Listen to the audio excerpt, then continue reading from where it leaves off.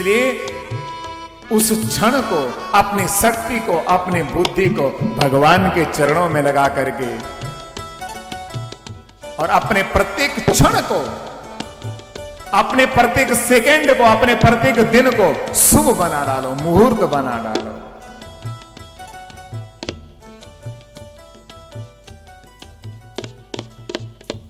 सनत कुमार बड़ा सुंदर और श्रीमद् भागवत के महात्म्य का श्रवण नारद जी को करा रहे हैं कि यदा कृष्णो धराम त्यक्त्वा स्वपदम गन्तुमुद्यतः एकादशं परिश्रुत्वा उद्धवो वाक्यमब्रवीत्।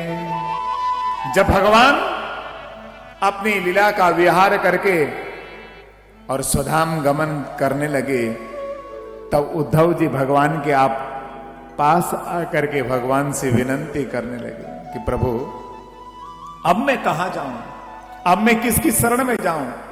भगवान श्री कृष्ण ने उद्धव को संपूर्ण भागवत धर्म का उपदेश किया और स्वयं अपने शरीर से वह दिव्य तेज निकाला और उस दिव्य तेज को कहां धारण कर गया कि स्वकीयेनेव यद् भवत्तेज तच्च भागवते ददान् उत्तिरोधाय प्रविष्टोऽयं श्रीमद्भागवतार्णवम्। इस अर्णव रूपी, इस सागर रूपी, इस समुद्र रूपी, इस सेतु रूपी श्रीमद् भागवत के ग्रंथ के अंदर भगवान कृष्ण ने अपने तेज को, अपने शरीर का वह दिव्य तेज निकाला और इस भागवत की पुस्तक के अंदर और उसको समाहित कर दिया। इसलिए प्रभु प्रेमियों, उस दिन से यह श्रीमद् भागवत का वह परम पवित्र ग्रंथ केवल एक पोथी न रह करके उस दिन यह साक्षात भगवान श्री का विग्रह बन गया कि तेनेव वाङ्मयी मूर्ति प्रत्यक्षा वर्तते हरि। भगवान की आपने मूर्तियां देखी होंगी, पत्थर की मूर्ति, पाषाण की मूर्ति, काष्ठ की मूर्ति, धातु की मूर्ति, रत्नमयी मूर्ति, नाना प्रकार की भगवान की मूर्ति। कहीं लकड़ी की मूर्ति, लकड़ी की मूर्तियां कहां हैं? जगन्नाथ भगवान की काष्ठ मूर्ति। शिला मूर्ति भगवान के द्वारिका में, बांके बिहारी जी में, बद्री विशाल जी में, श्रीरंग में जो प्रस्तर पत्थर मूर्ति, शालिग्राम शिला की मूर्तियां जो भगवान बद्री विशाल की साक्षात मूर्ति, शालिग्राम शिला पर शिला मूर्ति और धातु मूर्ति जो हमारे लड्डू गोपाल हमारे घर में और हमें आनंद प्रदान कर रहे हैं। धातु, सोने की मूर्ति, चांदी की मूर्ति, लोहे की मूर्ति, अष्ट धातु की मूर्ति, पंच धातु की मूर्ति। और एक मूर्ति और है जो केवल 2 महीने के लिए प्रकट होते हैं। कहां पर? कहां पर? नहीं नहीं नहीं, केदारनाथ में 2 महीने के लिए कहां प्रकट होते हैं? अमरनाथ में भगवान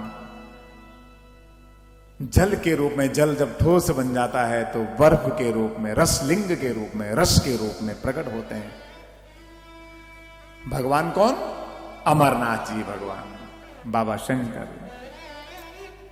तो बोले ये सब मूर्तियों के दर्शन आपने किए, लेकिन ये ऐसी मूर्ति है, यह सरस्वती की मूर्ति है, वाणी की मूर्ति है। इसलिए इस मूर्ति का नाम क्या है?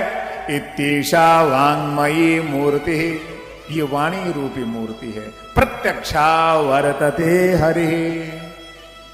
और ये प्रत्यक्ष भगवान के शरीर की वाणी रूपी मूर्ति है। इसलिए बोले क्या करना? सेवनात् श्रवणात् पाठात् दर्शनात् पापनाशिनी। इसका सेवन करना, इसका दर्शन करना, इसका पाठ करना, तो तुम्हें भगवान का वह परम पद की प्राप्ति होगी। जैसे ही सनत कुमार और नारद जी को श्रीमद् भागवत का महात्म्य सुना रहे थे कि तभी बड़ा आश्चर्य होता है। कथा के बीच में ही भक्ति अपने पुत्रों को लेकर के, ज्ञान और वैराग्य को लेकर के कथा पांडाल में प्रविष्ट होती है और सर्वत्र जय जयकार होने लग गया। बोले भगवान बद्री विशाल लाल की कि भक्ति सुतो तो तरुणो गृहीत्वा अप्रेमे करूपा सहसा विरासी। सहसा अचानक प्रकट हो गई। सहसा कहते हैं अचानक को, सडनली। भक्ति अपने दोनों पुत्रों को लेकर, ज्ञान और वैराग्य को लेकर कथा पांडाल में प्रवेश करती है और क्या करने लगी? श्री कृष्ण गोविंद हरे मुरारे नाथेति नामानि मुहुर्वदन्ति। श्री कृष्ण गोविंद हरे मुरारे नाथेति नामानि मुहुर्वदन्ति। श्री कृष्ण गोविंद हरे मुरारे का जाप करने लगी। नाथेति नामानि मुहुर्वदन्ति, भगवान के नामों का मुहुर मुहु अर्थात बारंबार, हे मेरे गोविंद, हे मेरे अच्युत, हे मेरे माधव, हे मेरे दयालु, हे मेरे कृपालु, हे मेरे नाथ, और मुहुर मुहु बारंबार उनका गुणानुवादन करने लगी। नारद जी को बड़ा आश्चर्य हुआ, प्रश्न किया कि ये आश्चर्य कहां से, भक्ति और ज्ञान वैराग्य कहां से प्रकट हो गए? तब सनत कुमारों ने कहा, नारद जी ये कहीं और से नहीं आए, अपितु यह इसी श्रीमद् भागवत की कथा से ही और इनकी उत्पत्ति होती है। सनत कुमारों ने कहा कि भक्ते सुगोविंद स्वरूप कर्त्री प्रेमे कधरती भवरोगहंत्री सात्वं चतिष्ठस्व सुधैर्य संश्रया निरंतरम वैष्णवमानशानि। भक्तेषु गोविंद स्वरूप कर्त्री।